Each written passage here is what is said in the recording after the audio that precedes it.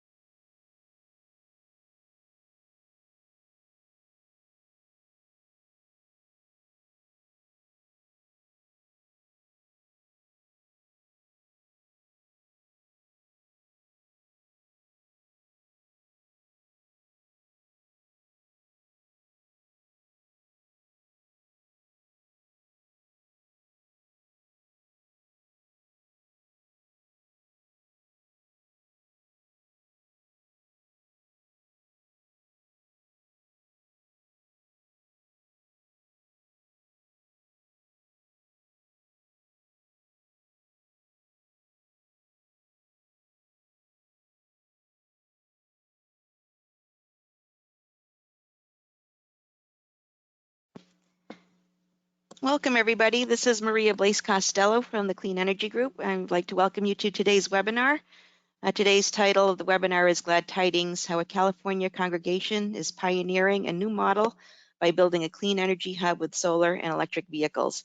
We have an excellent presentation lined up for you today, and I'm going to go over a set of slides with you quickly on the webinar logistics. You can join in to the webinar using 2 methods of audio. You can either be on your telephone or on your computer's mic and speakers. All of our webinar attendees are in listen-only mode. You can use the orange arrow that you see here in the orange box with the white arrow to open and close your control panel. So if the control panel is getting in the way of your viewing the slides, click on the orange box. It'll disappear after the right, and then if you click on it again, you'll see it again. We're going to have plenty of opportunity at the end of today's presentation for Q&A, but we ask that you please enter your questions as they occur to you by typing them into the question box here and then hitting send. We will be holding off all questions until the end of all the presentations today, but we ask that you enter questions throughout the presentation as they occur to you and hit send. They will be addressed as much as time permits during the Q&A session at the end of the presentations. This webinar is being recorded and it will be posted on this Clean Energy Group website. You can see the URL here. Everyone who has registered for today's webinar will be getting an email within a day or two letting you know that the webinar presentation slides and recording are available to you. So with that, I'd like to hand this over to today's moderator, Shelley Robbins, who's the Project Director for Clean Energy Group. Shelley, please take it away. Thank you, Maria. As Maria mentioned, this webinar is presented by Clean Energy Group. Clean Energy Group is a national nonprofit, and our mission is to accelerate an equitable and inclusive transition to a resilient, sustainable, clean energy future. We help increase access to distributed clean energy technologies and accelerate the retirement and replacement of polluting fossil fuel infrastructure.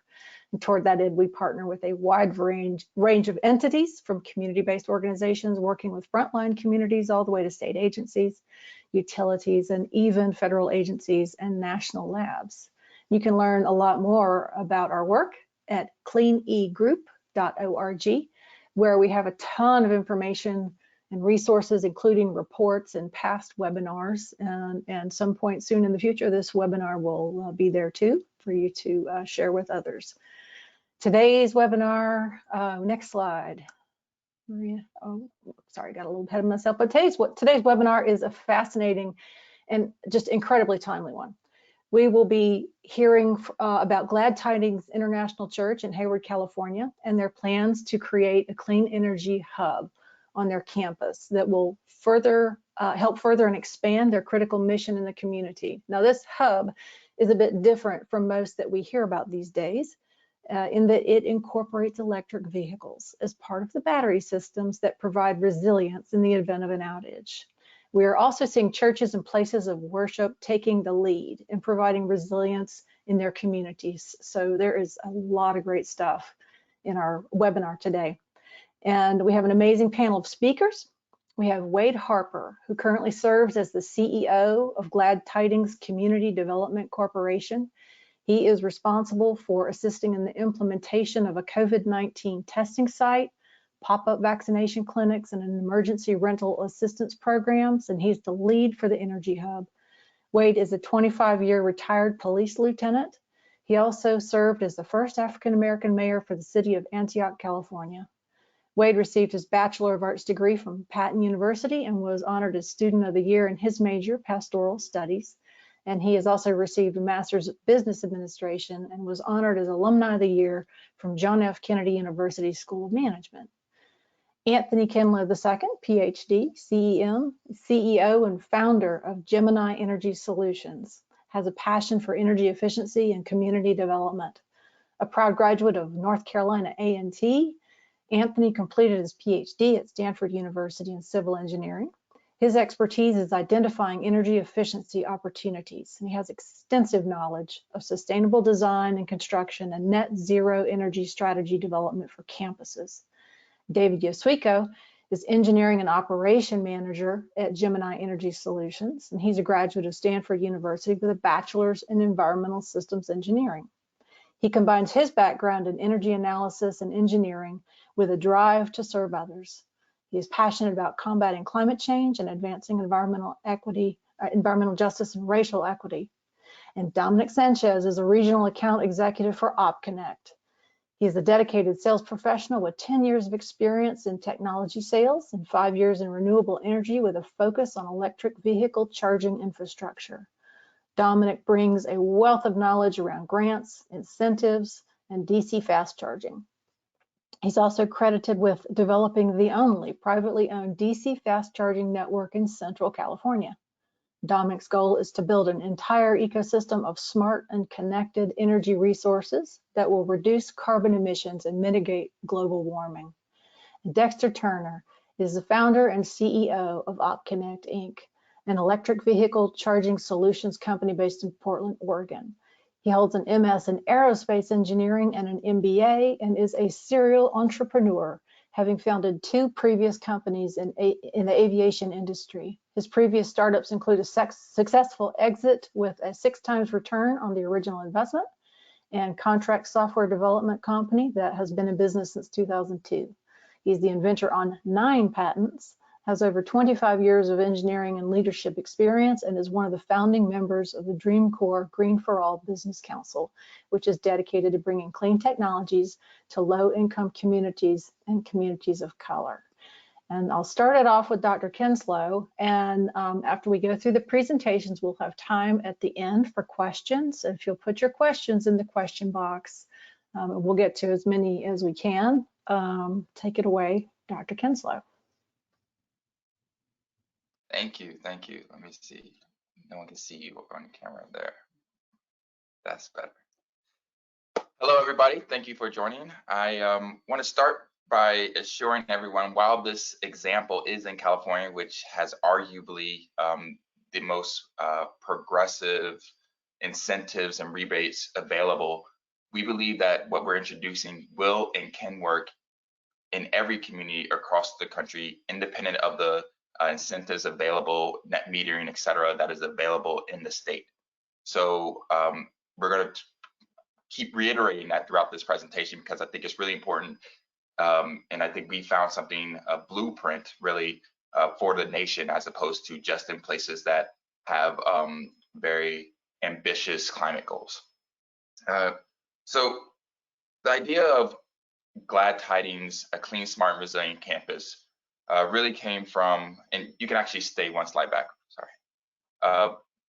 The incentive or the inception of this idea of what we're calling clean energy hubs, which is essentially a revenue generating microgrid within the community, came from two conversations I've been having. The first is conversations I've been having with my family around familiarity with clean technology. And the most poignant one was with my aunt, who was redoing her kitchen, and I suggested you should install an induction stove in your kitchen, you know, electrify, get rid of natural gas. And her response was, that sounds nice, but I've never seen it done. And I'm not going to put all that money into my kitchen just to do something I've never seen before. And I thought that was a very valid response. The other was conversations I've had with community groups across the country around ownership, around the ability to attain solar and use that the way they want to use it. And what we've seen, and Shalonda Baker, who works at the Department of Energy, showed some great graphics and data on this, is that in Black communities in particular, there's a lot less solar, but in the communities that do have solar, they often do not own it. So we wanted to develop a solution that produced familiarity and ownership within these communities, independent of where they were located. Next slide. And so before really getting into this, I do want to acknowledge our partners, because just like the Clean Energy Hub is meant to be a catalyst for the community, these partners are a catalyst for the development of these clean energy hubs. They are essential to the design and the implementation of these clean energy hubs. And so I would be remiss not to formally thank Green to Church, Optimal Tech, Nest, and OpConnect, and of course Clean Energy Group for their constant support. Next slide. So project overview, and these numbers are pretty staggering, and you'll see why for a church. 668 kilowatts across the entire campus, bi-directional EV charging stations, which we'll get into what those are later. Dominic and Dexter will really touch on that in greater detail, as both for charging and for providing power as batteries. But in addition, we're doing stationary batteries as well, such as many of y'all may be familiar with the Tesla Powerwall as an example of a stationary battery that is connected to the building. We're doing a lot of efficiency upgrades and electrifying all the buildings on campus, removing all natural gas. So that's including upgrading the water heaters, the kitchen equipment, HVAC systems, and overall, $30,000 in annual bill savings, but more importantly, we believe a minimum $400,000 in annual revenue generated from this revenue generating microgrid. Next slide. This is a high level view of the campus as a whole, and you can see where the solar is. We're taking advantage of both rooftop of all the buildings that is owned by Glad Tidings, but also taking advantage of the solar parking lots as well. When talking with Bishop Macklin and Elder Harper, it was very clear that they wanted to maximize the solar because they wanted to be able to utilize that solar, not just for their facilities, but for the community as well, which was exactly in line with our vision of what a clean energy hub should be. Next slide. So what is the vision of a clean energy hub, or in this case, a green church? There's four main aspects. First is integrating clean energy technology to ensure resilience and revenue generation for the community anchor. We'll get into what a community anchor is next. Reducing and removing barriers that inhibit the local citizens from actively participating in clean energy transition. That can mean workforce development. That can mean just the simple aspect of having a place that they are familiar with and they feel comfortable going to that is already utilizing clean energy technology. We want to strengthen opportunities in health, wealth, and security within the community. And lastly, we want to be a central location for promoting decarbonization, sustainability, and economic development. Next slide. So for us, we define a community anchor as trusted organizations, institutions that are regularly interactive with the community. And what's important about these two things, both trusted and regular interactions, because we believe that community anchors already know what the needs of the community are. And with the Clean Energy Hub, we're just trying to provide a revenue source, a sustainable revenue source that will allow them to actually implement solutions that they've already seen and that they've already discussed with the community. And so affordability, familiarity, and information and access are some tenets to what we think partnering with community anchors produce. And I think Glad Tidings is a perfect example of that. And with that, I will pass it over to Elder Wade Harper. Okay, well, thank you, Dr. Kinslow. And I think much of what I'm going to discuss will be covered or has already been covered. So if you can go to the Glad Tidings slides, Let's see. All right.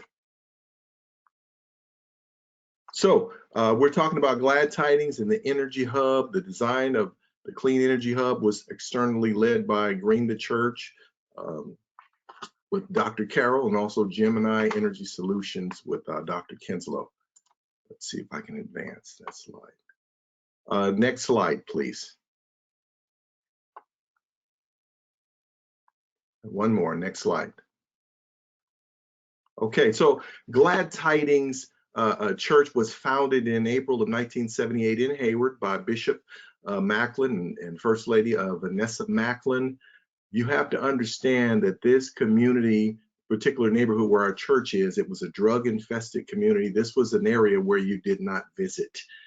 Blight, graffiti, drugs, and Bishop Macklin, in his book called The Canvas of Tomorrow, he talks about how he and Glad Tidings impacted this community and turned this drug-infested community into a healthy, thriving community, taking the lead in every area.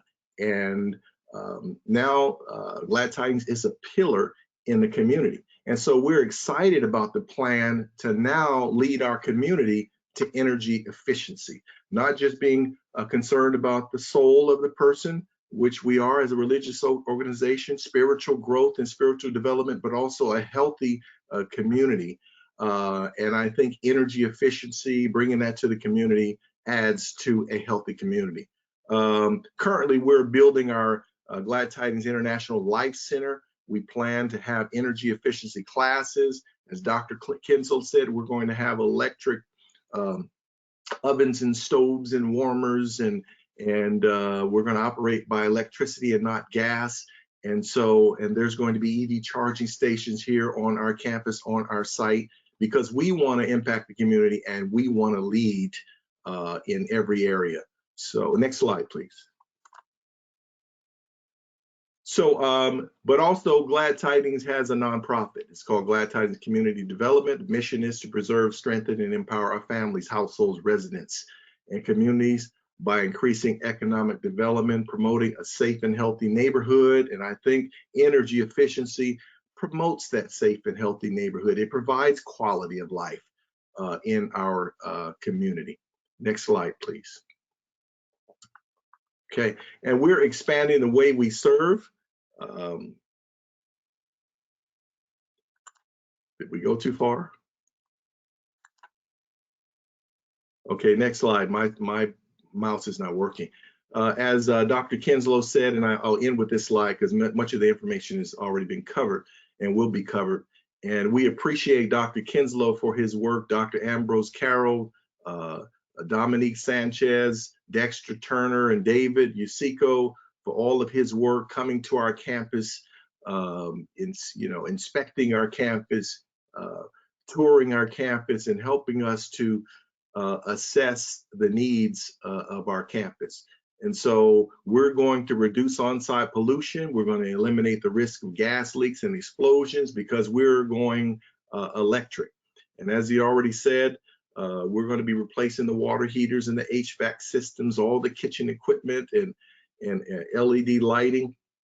This is important. When I was formerly a mayor, we led several different energy efficiency projects throughout our city at golf courses and as chair of Tri-Delta Transit, bringing in electric buses and those type of things. So this is important for a community. And so I'll end right there. I think much of the information is going to be covered, and we're happy to be working with Gemini and all the other organizations that are helping us to put together this this project for our community. So thank you for your time.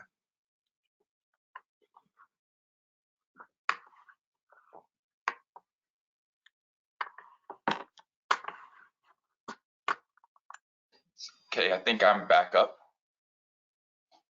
So, we wanted to give you, the listeners an idea of a little bit more of the technology that's going into this, and a little overview of how the process, the feasibility study, which is really the first step to realizing a clean energy hub. So feasibility study, the financing, then the actual implementation.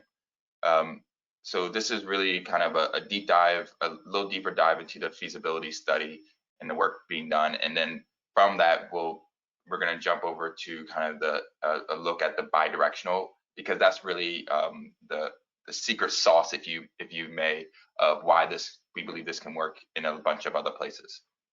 Next slide. So what was important for us was to create different options based on our conversations with Glad Tidings.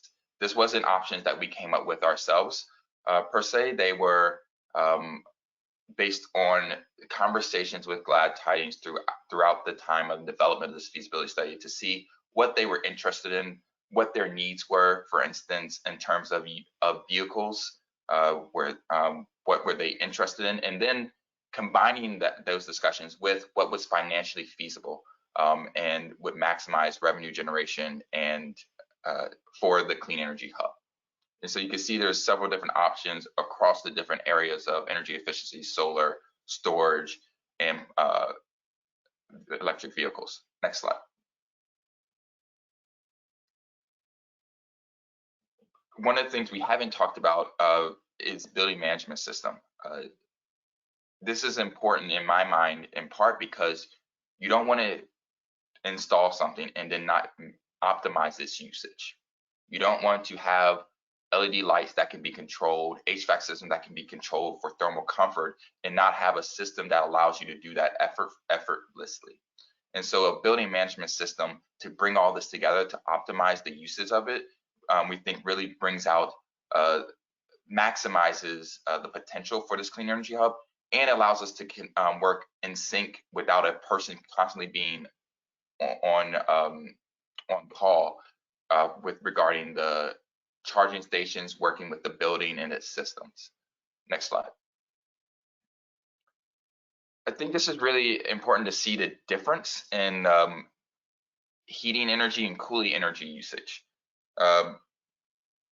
Pre-upgrade, you can see that during throughout the day in the South Administrative, this is just one of the buildings. This is a graph of just one of the buildings to show the difference in how efficiency and electrification impact a building's energy usage. The red line is pre-upgrade and the green line is post-upgrade. You can see a significant lessening of variability, which is important in terms of grid resiliency and stability.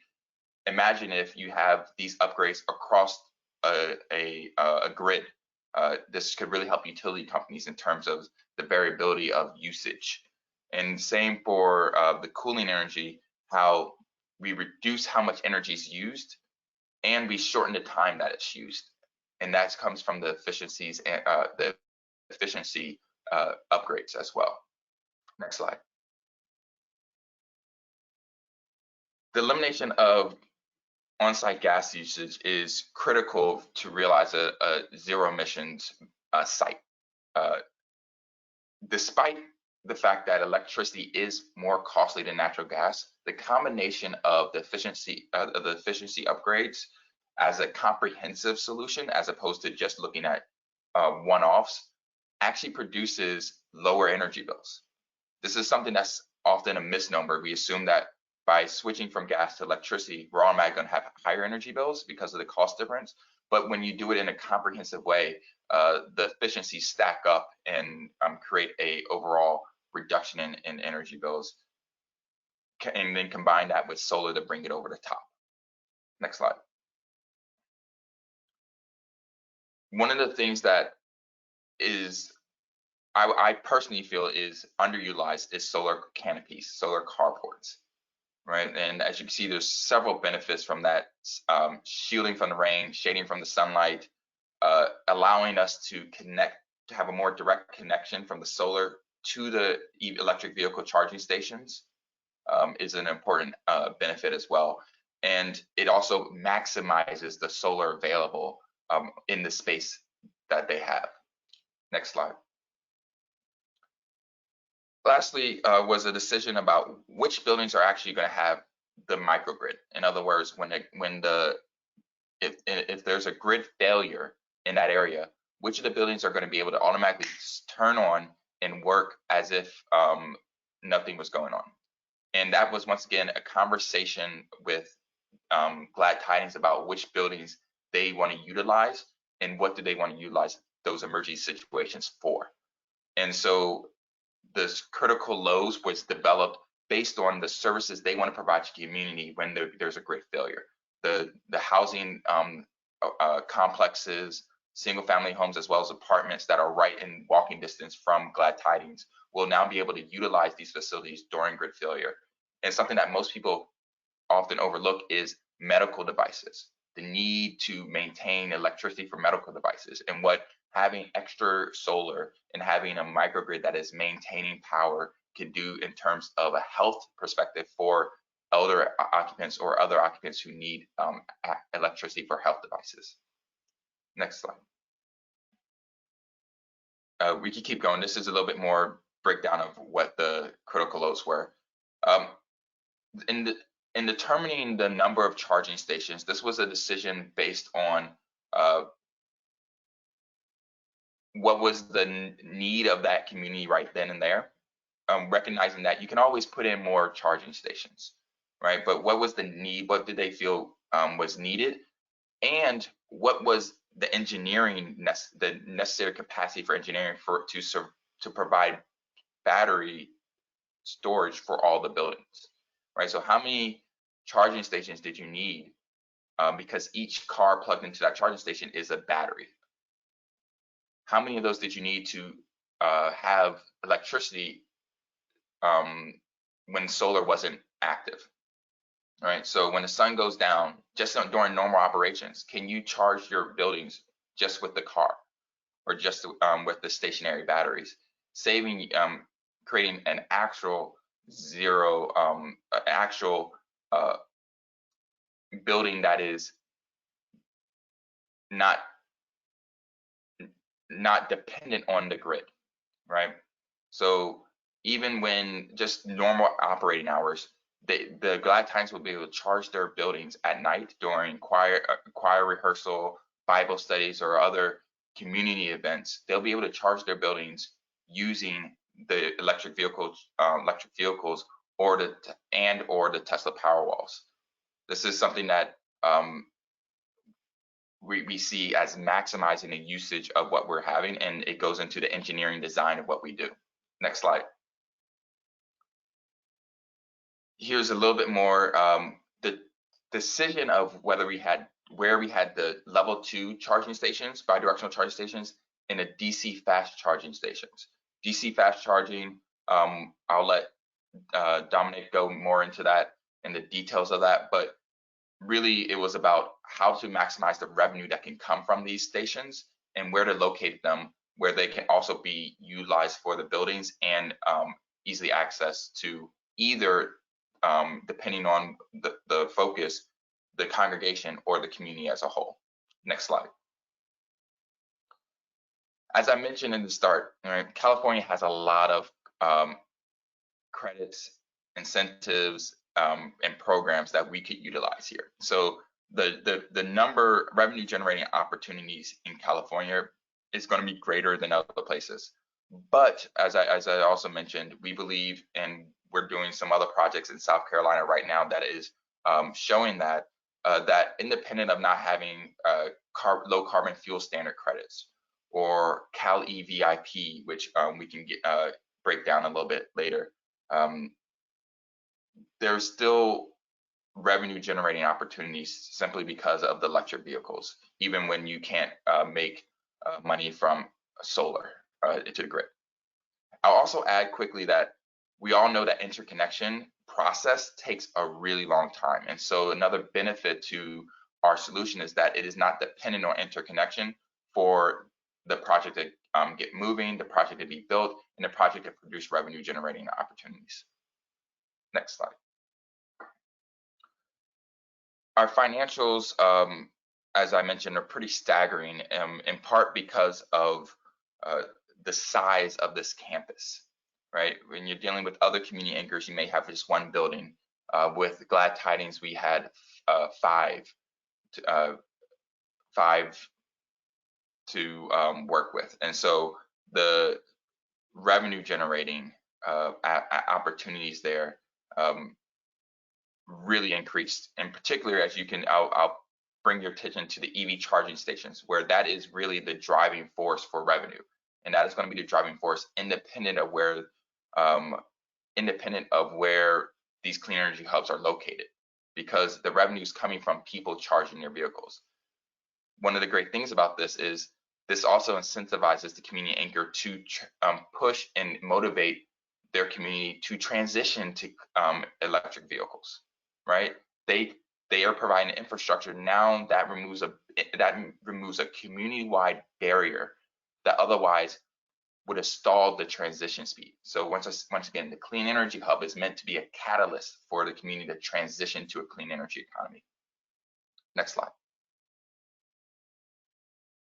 Our timeline, and with the pandemic and with the supply chain issues, everything is still moving. But what we're seeing is we still are in line with this timeline, and that is, or rather, we are 1 quarter off from this timeline. So Q3 is when we're expecting the energy efficiency and ordering the battery storage options.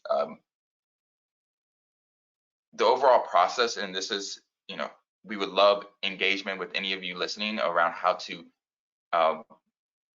quicken this process, because we really want this to be in every single community. We want every single community to have this opportunity, but we recognize that if it takes 12 to 18 months for every single implementation, then that's not going to meet the needs as quickly as we want to. We also should add that the implementation process is being conducted by a local group. So we are making sure to utilize local businesses, and in this case, it's a local Black business, to do the implementation of the energy efficiency, the electrification upgrades, as well as the solar installation, etc. So using local support, workforce development is critical to how we want to move the community, bring the community into this space, familiarity, access. But this idea, and one idea for cities and states, is how do we streamline some of these permitting processes, et cetera, for things like this that are going to be community benefits, community that's going to be advantageous for the community. Next slide. So one thing that we showed, this is the second to last slide. I'm now past the mic. But one of the things that we talked with Bishop Macklin about was the potential of just Church of God in Christ denomination, which has roughly around 12,000 churches across the country. And when we did the calculation, back at the envelope numbers, you can see instantly the dramatic increase of potential benefits it could have for the communities that the COGIC congregation serve. 70 million in energy annually, 2.4 terawatt hours per year generated, 10 tons of particulate pollution, or 70,000 cars removed, and $1 billion in revenue generated. And roughly 5 million people who now would be within reach have access and familiarity with clean energy technology. Those are some staggering numbers. And the last slide is really something we want everyone to take away from this, and that is, we want to prioritize justice for the communities because historically they have not been prioritized. And by doing so, by having a clean energy hub installed in each one of these, we could produce $4 billion in annual revenue for those communities, 4,000 megawatts of power, and 4,000 local jobs. 444. I think that's a powerful statement to provide these communities with the ability to improve themselves through revenue generation and resiliency. Thank you.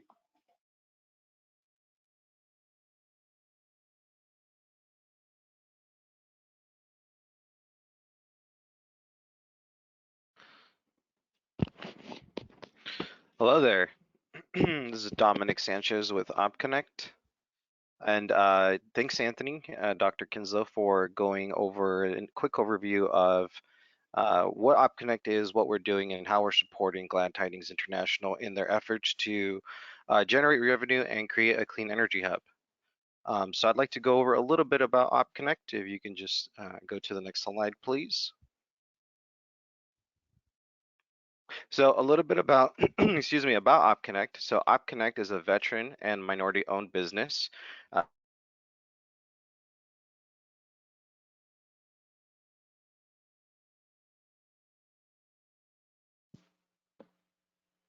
Dominic, if you can hear me, you have frozen. So I'm going to ask that you disable your camera, and that may help with bandwidth.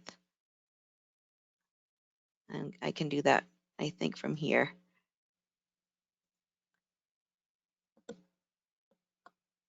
Dominic?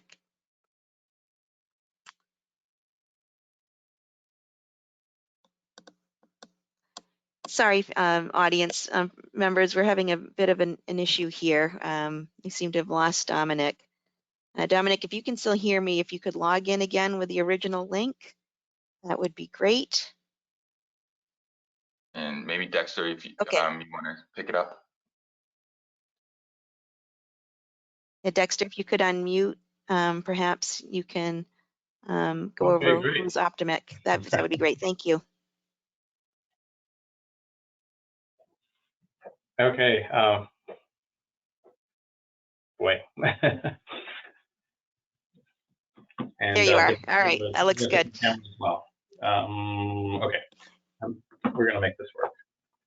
I will advance the slides for you. Just tell me next. Okay, great. Whenever you're ready. So, you know, as Dominic mentioned, minority and veteran-owned company, and we're in the business of electric vehicle fueling. We primarily focus in fleets, multifamily, and workplace charging. We now have over 2,200 ports deployed. We're operating in 21 states in Canada and North America. And we're a turnkey provider. That means we do everything from consulting to help properties understand their charging needs, and then we supply the charging stations, and then do installation and maintenance as well. So you can go to the next slide. Sorry about that. Looks like I had a bit of a connection error, but I am back. Oh, okay, go ahead and take it back, Dominic. Sure. We can skip through these two. It looks like we've kind of went over overviews. So just a quick overview of the Glad Tidings project regarding you know, North Campus and South Campus. So we did kind of divide these up between you know, two different application types. As Anthony or Dr. Kinslow was mentioning, we are supporting DC fast charging at the South Campus, while the North Campus is more geared towards general usage as well as virtual to grid. So we do have a combination of a couple of different charging stations that are designated for the North Campus. That would include 8 level 2 40 amp charging stations, as well as 2 level 2 100 amp virtual to grid charging stations.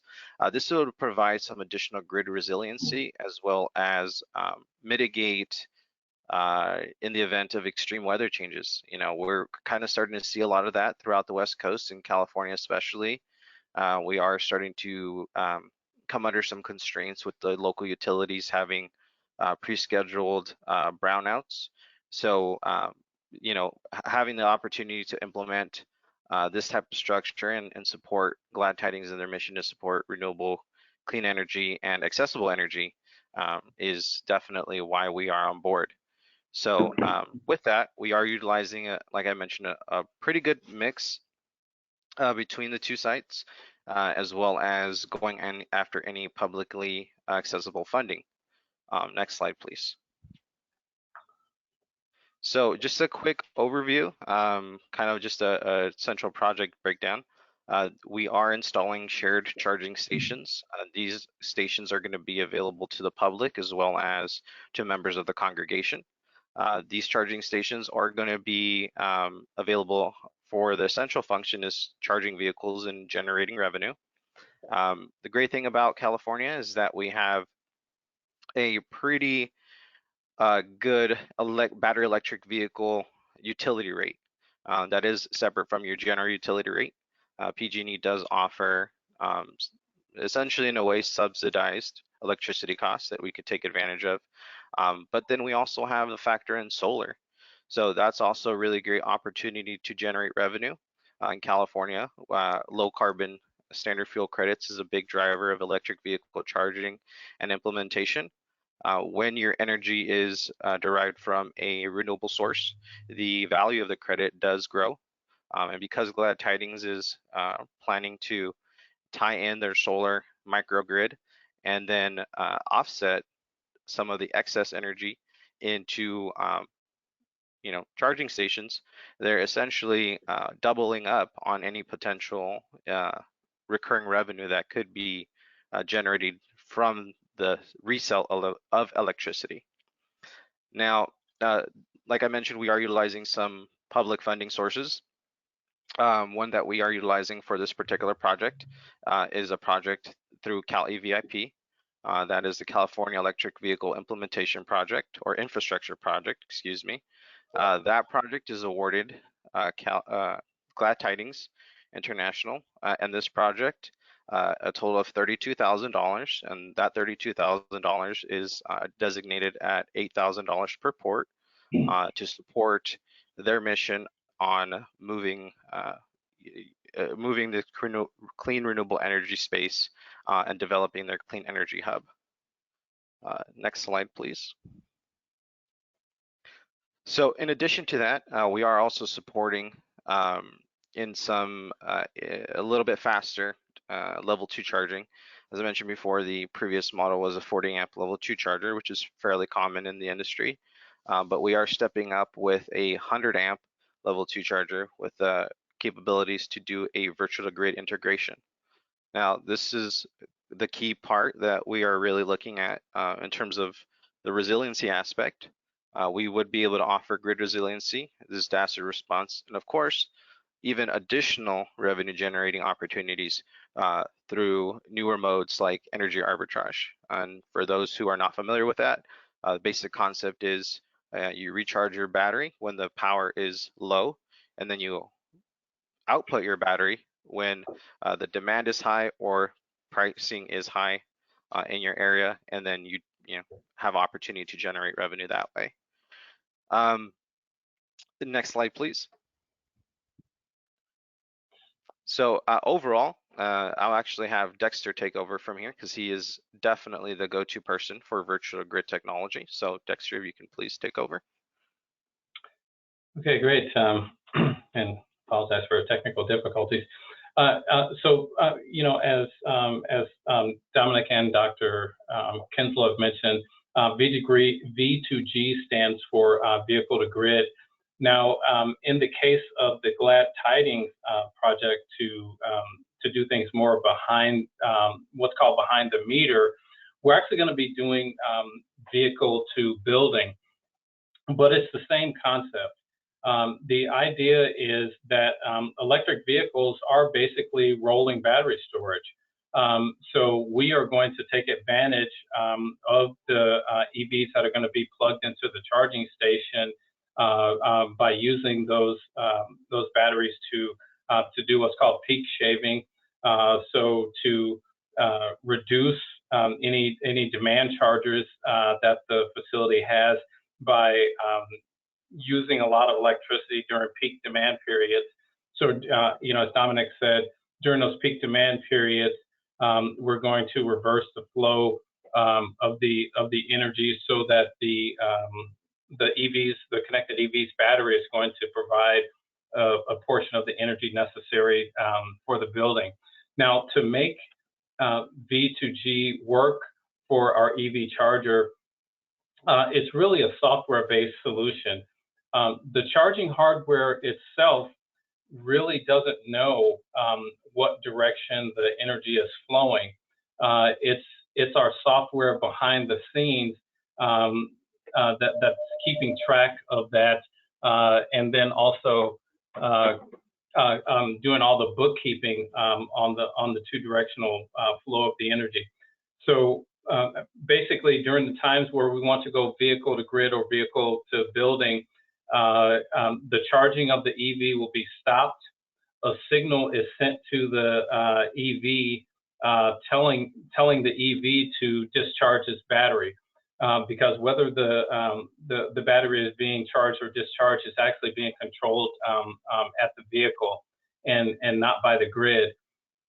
And then on the back side of the charging station, between the charging station and the building, we have switch gear, similar to what you would have in a private home if you had a backup generator that would basically switch the source of the power from the grid to the EV charging station. So at a high level, that's how vehicle to grid works. Maria, could you move to the next slide so that we can get a visual overview of what Dexter just explaining? Okay, yeah. I guess I should have said. So I think I've covered all of this. So really, as I said, that the secret sauce is more in the software controlling this as opposed to the actual charging station hardware. I can go to the next slide. I think that's it. Hopefully that gives everyone a high level understanding of what we'll be doing for V2G. And just in closing, this is just a summary of some of the customers and partners that we currently have at OpConnect. We are very excited about being able to participate in this project. Anthony shared a story of how he, kind of came up with this concept by listening to his family.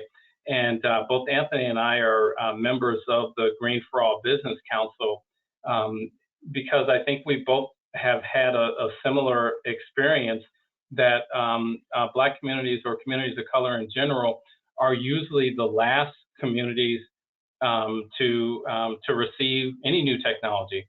Whether it's high-speed internet, solar, and now as we roll out electric vehicles, we're seeing that our communities are lagging behind.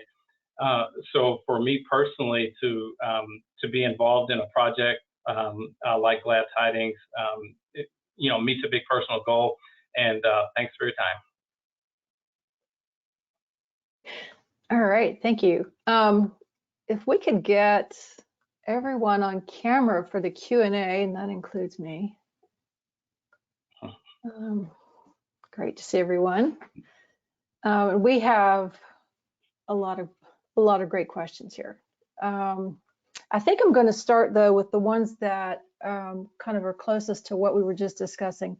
So I think that there needs to be a little clarification that this is vehicle to building, not vehicle to grid, and Right. that is part of what explains the interconnection, the ease of interconnection. Is that correct? Where you're not maybe dealing with the queue issue?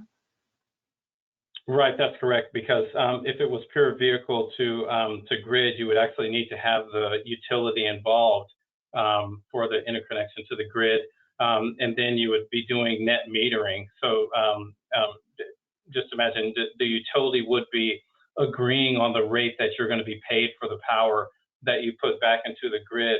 Now, by us doing, by Glad Tidings doing all of this, what's called behind the meter, so behind where the utility has control, the savings that Glad Tidings is going to get is going to be much more than if we did vehicle to grid, because the savings will actually be the cost that the utility is charging for the electricity, not the cost that the utility would pay for net metering. Okay.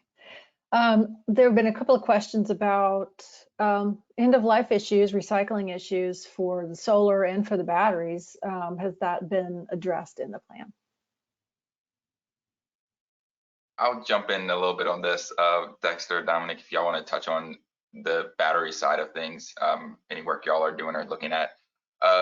One of the things that we are excited about is the potential for the expansion of what this means. And one of the ways that we see that is the life cycle of the technology that we're using. I know there's the former CTO of Tesla, I believe, is doing some work around recycled batteries. And so we would love to find partners who are looking on that side of the end of life, the recycling, the reusing. Is there a way to refurbish batteries? Is there a way, or panels?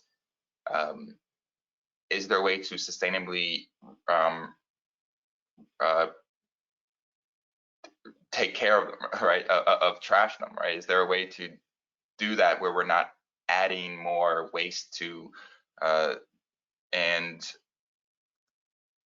I think it's something we talk about, but we haven't figured out yet. So we're open to suggestions, insights from the community at large around that. Let's see, there's some interest in the canopies and what is the return on investment of the canopy structures? For example, if a church can't have panels on their building or their building is too small, when would it make sense to pursue solar on parking structures? And I guess Dr. Kinslow or David, since that's a solar question. David, do you want to take a stab at it first, or mute it? I mean, you know, so both can make sense for our customers. Solar is rooftop solar is generally a bit cheaper, but the solar canopies, you know, provide the other benefits we mentioned of shading, protection from rain, and then also just with our electric vehicle charging stations being that much closer to the EVs as they're being charged means that there's less infrastructure and trenching required to connect them. But you know, it definitely depends on the customer. It's something that we assess site by site and what they're interested in as well. Yeah, I would just double down on that. That's going to be a site by site. It is $1 per watt more expensive to do solar canopy, in part because of the structural components of it. I've always fantasized of if we could do a structural bamboo, something like that is both renewable and strong. But yeah, as of right now, especially with supply chain, it's definitely more expensive to do solar canopy. But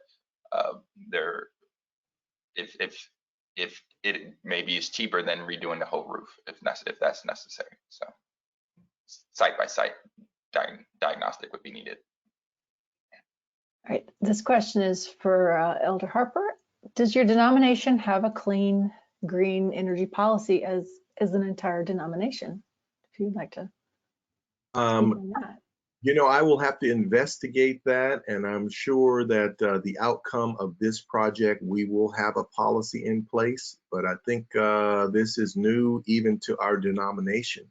So this is at the cutting edge, and we will take that as advice to make sure we have a clean energy policy as we introduce this to our church worldwide. So I will take that as a task that we need to accomplish.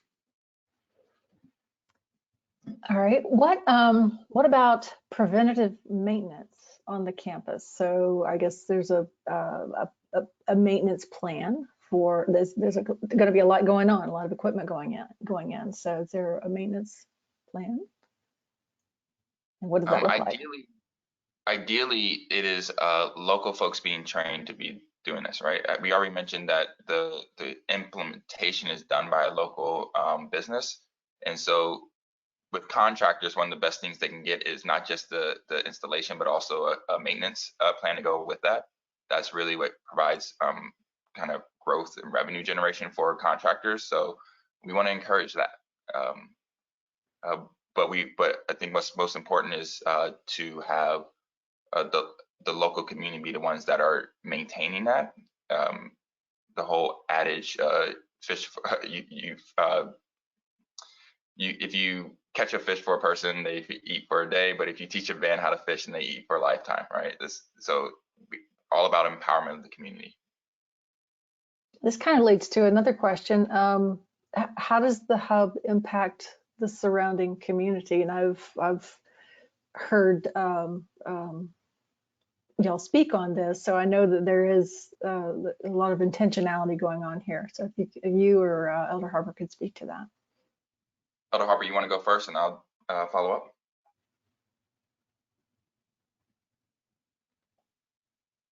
Could you repeat that question, please? how does the hub impact the surrounding neighborhood? You know, how does it sit in the neighborhood? How does it interact with the neighborhood?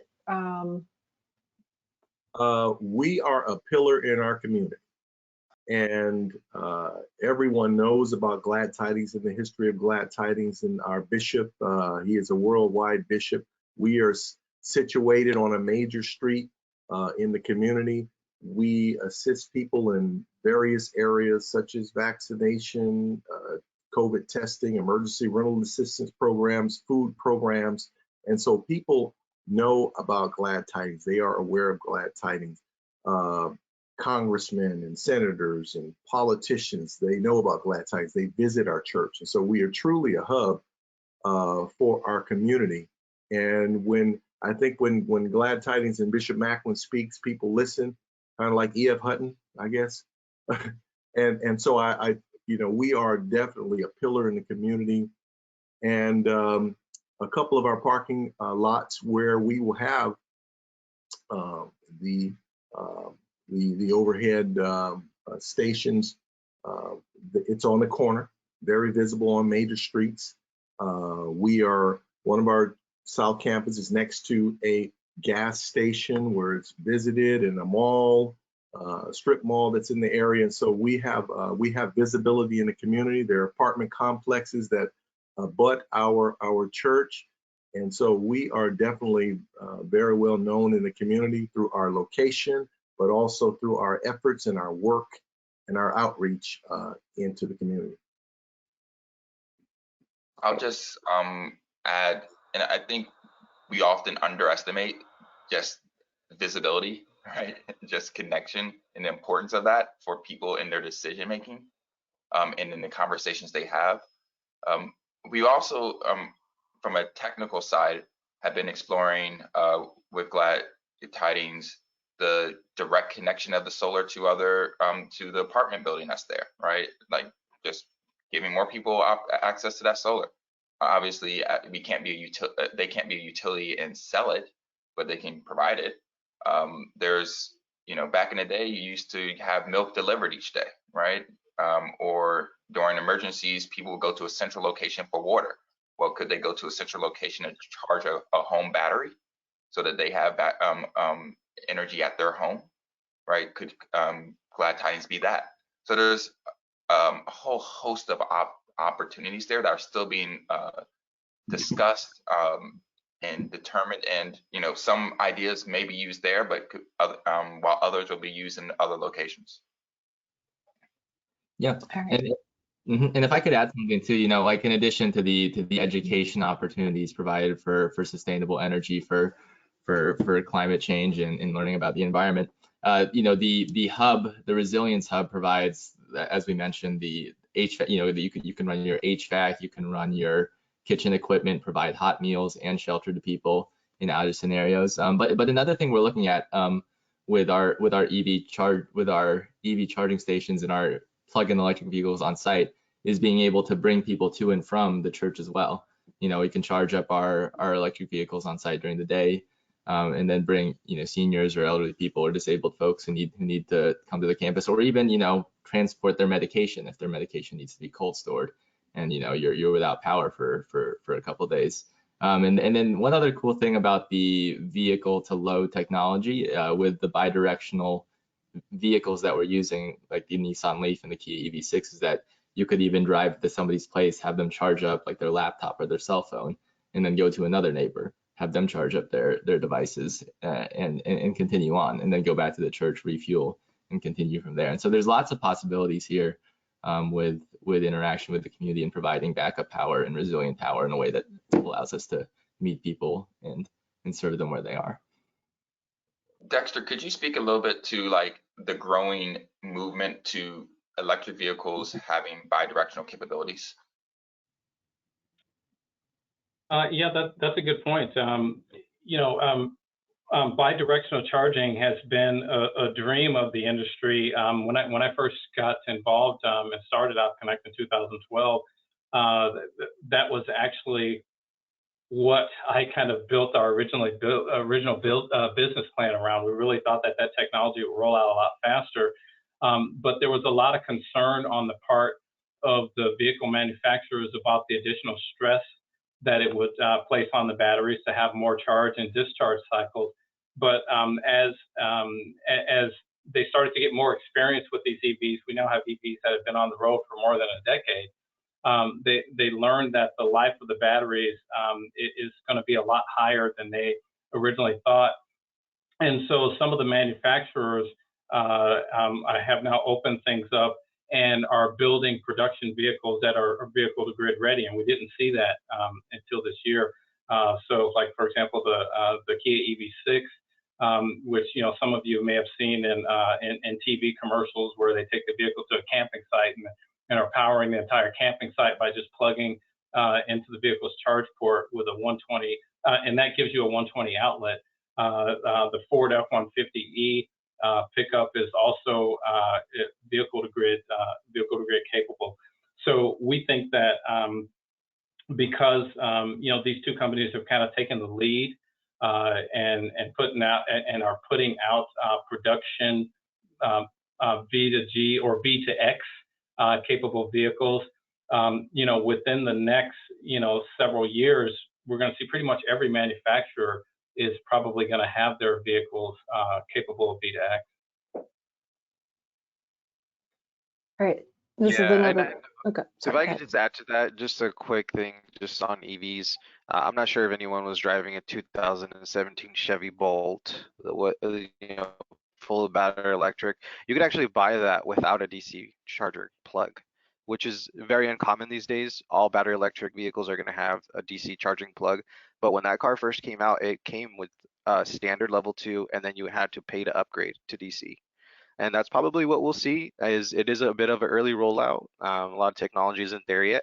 It might be an add-on feature for most vehicles, but eventually we will see kind of across the board standard. All right, here's a switching gears just a little bit. Our PPA is something to mourn, and for folks who don't know, that's a power purchase agreement as opposed to it's one form of a system. So basically, explain a little bit more about the structure that you chose, the ownership of the you know, the reason for the ownership versus a PPA, that sort of thing, if you could. Absolutely. And this is where our partner Nest comes in terms of developing the capital stack to identify this. But essentially, with a PPA, you have an outside entity paying for everything. They're receiving the federal credits, and you're paying them back through the generation and revenue from the solar. What that means is that you're essentially, another way of putting it is, you're allowing someone to, you're leasing someone else's equipment and putting it on your roof and hoping, and your only real benefit is just a reduction in bills. And that reduction of bills is only, is negotiated with the PPA entity, right? In contrast, by paying a percentage of the overall cost of the solar array, not the whole thing, just a percentage of it, and then stacking and having a special purpose vehicle that allows you to have co-ownership with other entities that can take advantage of the federal tax credit, then you can have then you get a loan for construction loan and other loans to pay for the rest of it. It's all on this one entity, special purpose vehicle.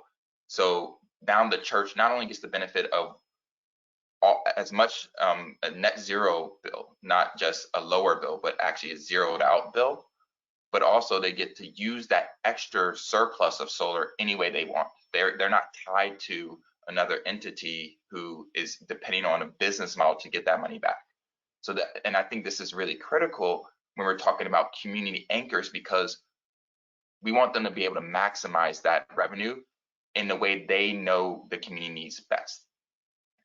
And so by allowing them to have full ownership, allowing them to have ownership of that, of the solar array, they can use it as they see fit. If they want to just give it all away and just use the revenue from the electric vehicles to pay back the loan, they can do that. right? They have that flexibility to do what's necessary for the community and change as the needs change with the community, as opposed to basically having to use that solar directly for your bills and everything else goes to the PPA. We have up to I think 3:30 Eastern time for this. I don't think we'll go quite that long, but I do want to continue along some of these lines because I think there are so many questions with respect to the EV portion of this. So along those lines, how will and I'm going to summarize a few questions here. You're going to sell the charging. You're going to charge at the charging stations. How will you determine what rate to turn around and charge to the folks who charge there? And whoever's best to answer that one. I'm not going to ask is what are you going to charge because you probably don't know yet, but kind of what goes into that decision. Yeah, I think the rate that drivers are going to be charged is really going to be based on a financial analysis of the cost of the electricity, and then making sure that enough revenue is being generated to perform preventative maintenance on the charging stations, to service them and keep them operating over time. And as Dr. Kensel mentioned too, then there's also a desire to generate a profit from the EV charging, so that there's a net benefit to Glad Tidings. So as you probably guess, we don't have the exact numbers at this point, but that's what's going to go into the calculation of coming up with that number. Yeah, correct me if I'm wrong, you can adjust it for different things, right? Like with your software, Dexter? Yeah, that's true. And our software gives Glad Tidings a lot of flexibility. Like, for example, charging can be made free or reduce cost for residents. And then, people that are coming from outside the community would pay the full price. Charging costs can vary based on times of day. So there's a lot of flexibility, in how those rates can be set. Yeah. All right. If I can add something too, we based our initial financial projections off of, it was from Dominic and OpConnect's. It was like 49 cents per kilowatt hour was kind of like one of the standard rates in California. But we in our model, we implemented a variable rate, going down to even 30, 35 cents during off-peak hours when energy is cheaper. And also though, one big thing is because the solar on this campus will generate 1 gigawatt hour of electricity, or 1 million kilowatt hours. Glad Tidings only uses like 70,000 post retrofit, and so that's it's over 900,000 kilowatt hours of excess generation. And based on the schedules we implemented for EV charging, assuming it was based off data from OpConnect, assuming it increased from about 10 p.m. 10 to 8 p.m. is like the peak of charging, and then drop off a bit after that. We found that over 90% of the excess could go to EV charging, and so the profit margins are very large here if all of the energy that's coming through is free, it's just from the sun. All right, related, is there a regulatory constraint on selling energy at the charging stations to the general public, depending upon which state in which the model is being applied? For example, South Carolina versus California. Yeah, any state versus California. Yeah, I can take that one. Certain states still do have, and it's becoming very few, but certain states still do have laws on the book that prohibit the resale of electricity by an entity that's not a utility, and obviously we're not a regulated utility. And the way that's been worked around in those states today is similar to like a boat slip, for example, where instead of charging by the kilowatt hour, you're charging access to a plug. So you would charge $2 per hour, and however much electricity the car gets, you're not metering that, you're not trying to control that. They're really just paying for parking. at a EV charging enabled space. So that's the way it gets worked around in those states.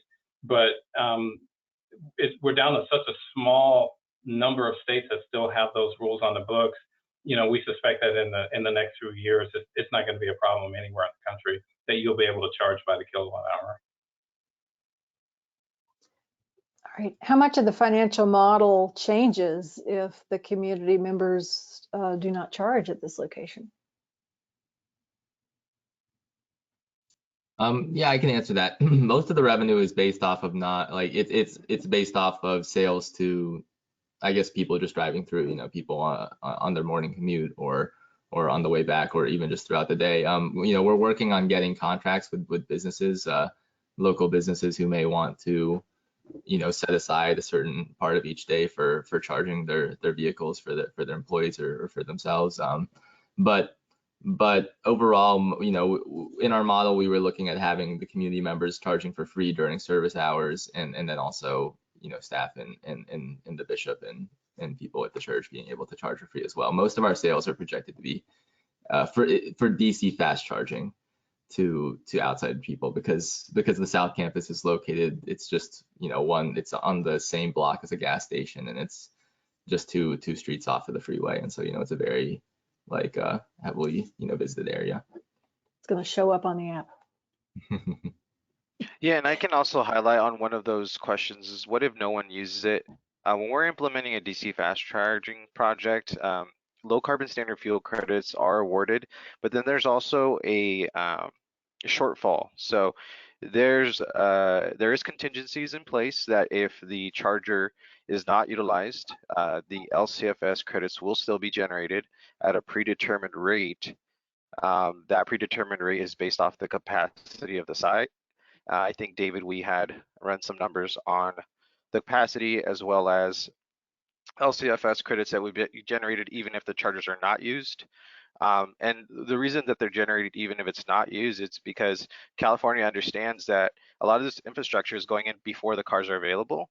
And when you're investing a substantial amount of money and part of your revenue calculations depend on these LCFS credits, they want to make it as easy as possible for you to, one, begin generating revenue, two, take the risk to generate revenue, because they're not going to, no one is putting in $500,000 or $800,000 worth of equipment without at least some, kind of safety net. So kind of just an overall, and it might not be applicable to all states, but California does kind of give us a safety net for the first few years on these projects to not generate any revenue.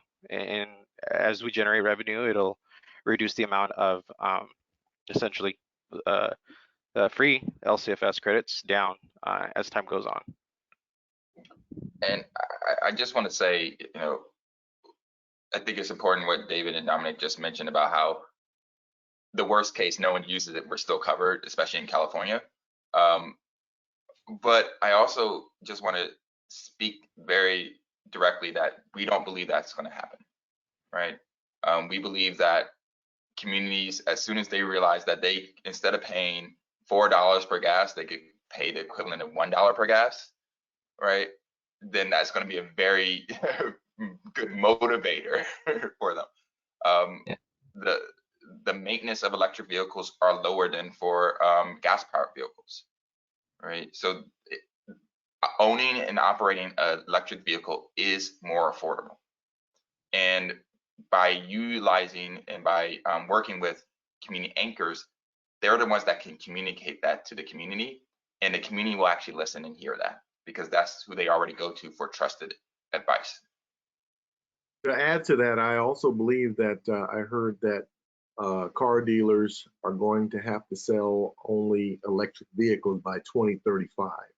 So people will be buying more electric vehicles. So I just want to put that out there. Mm-hmm. Let me bring up the big new news, of course, and that is the Inflation Reduction Act. And how you ran all these numbers before that passed. And it's going to take a lot of time to rerun them, I'm sure.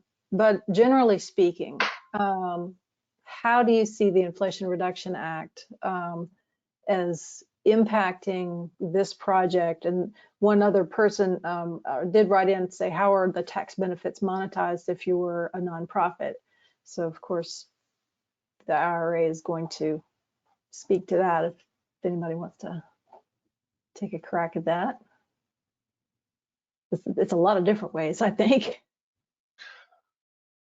I'll go first.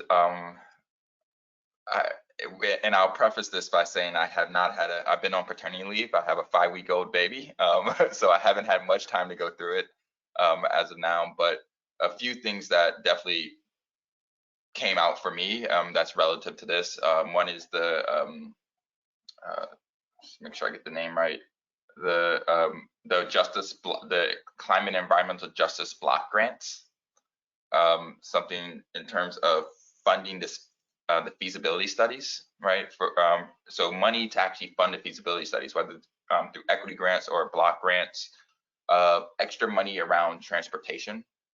With Glad Tidings, we're looking at personal vehicles for charging, but that doesn't mean you can't do electric school buses, heavy duty vehicles, all which are mentioned in this bill, right? So in South Carolina, one of our projects is actually looking at electric school buses, right, or electric buses, and how they could be the charging place for electric buses in their community. And the financial analysis for that we're developing. And really, I think the idea of the Clean Energy Hub is to boost the effectiveness of all the other aspects of this bill, right? Anything around affordable housing and residential spaces, right? You may have this money there, but if no one's utilizing it because they're not comfortable with it, they're not aware of it, they don't know about it, etc., then it's no good, right? Then you have the same issue where the communities that need it most aren't taking advantage of it. Well, Clean Energy Hubs, we feel, will start to change that paradigm. All right, for Mr. Harper, how did Glad Tidings educate the community about this initiative, specifically outreach efforts? Well, at this time, we have, educated our church through the meetings that we've had and through the Board of Trustees meetings and the Board of Directors meeting, just explaining this program and what the benefit of the program is. And we plan to have more outreach to our community at large. But right now, it's basically to our board, to our Board of Directors, our trustees.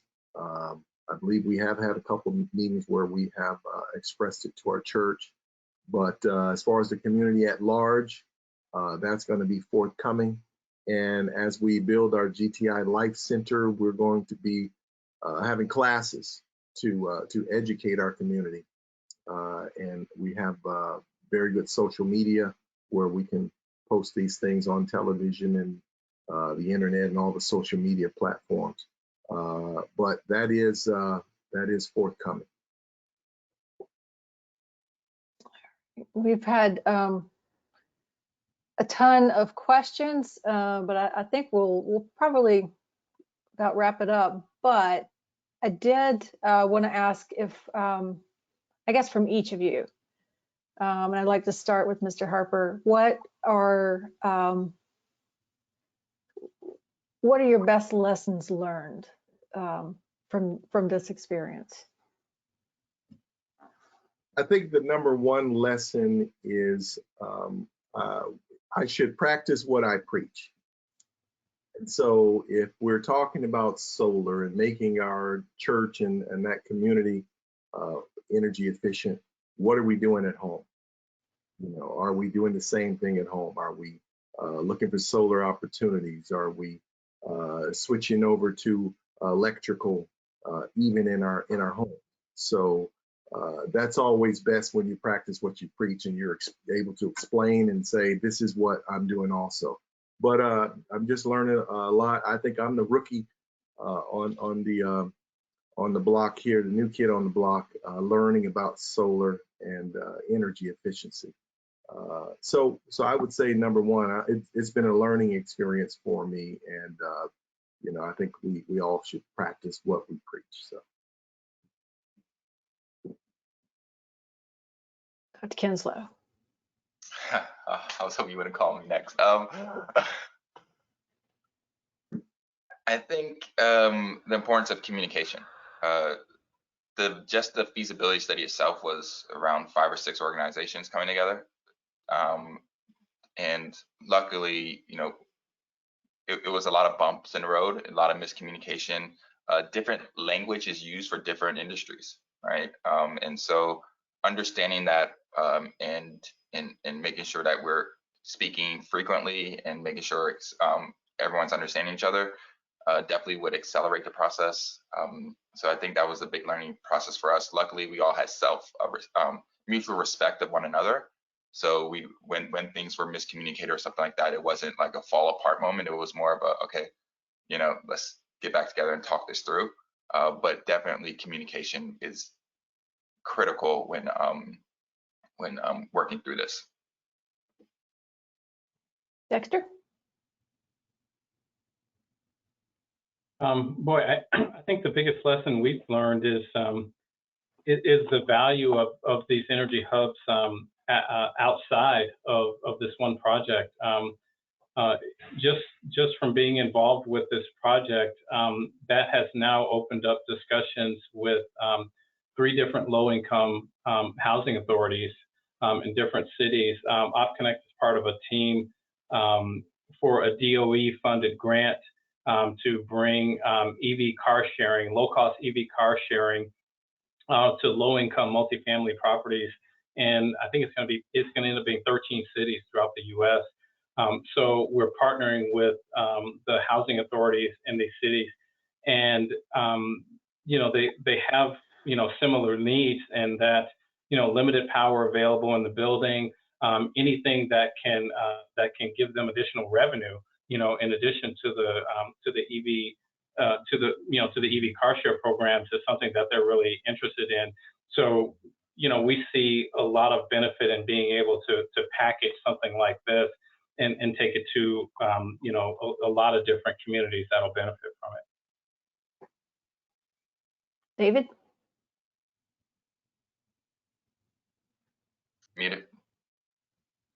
Sorry, thanks. Yeah, I guess one thing I would say I've learned is submit applications and requests for information and all that, to organizations. Get those in early. It's only I guess I've only been out of school for a year now. I've been amazed at all the different technologies we've been able to implement, for critical loads, for EV charging, bidirectional. But things like building drawings from the city of Hayward.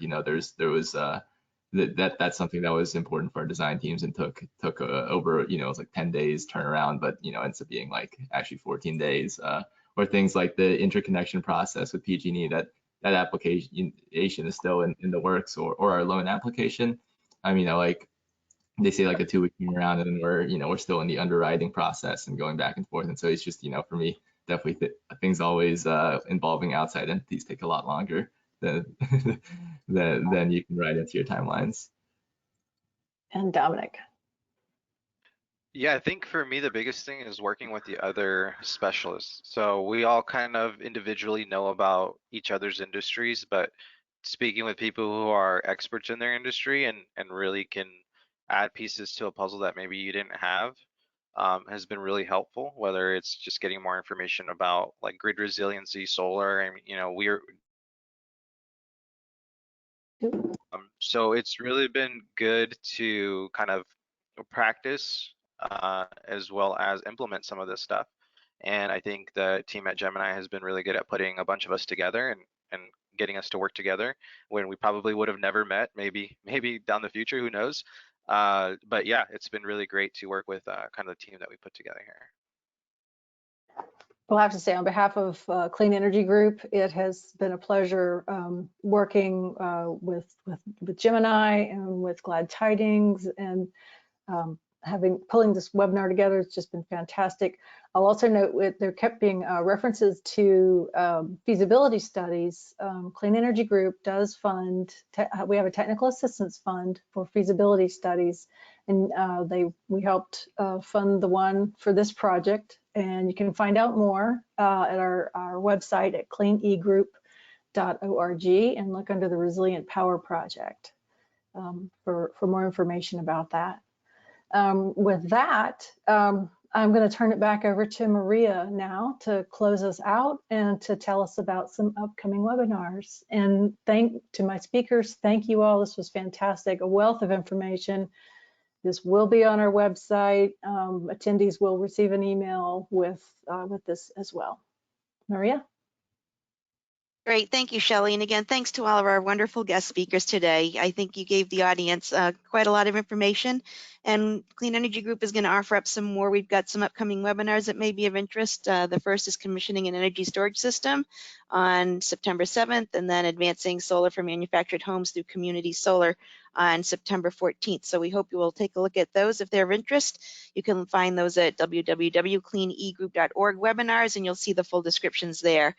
And again, if you have any questions, feel free to reach out to Shelley. Her contact information is here. I'll leave this up for a little bit as we close out. And again, all of you will be getting a notification of when the webinar recording and slides are available. So thanks so much again for your participation today. And we look forward to seeing you all again on our next webinar. Take care, everyone.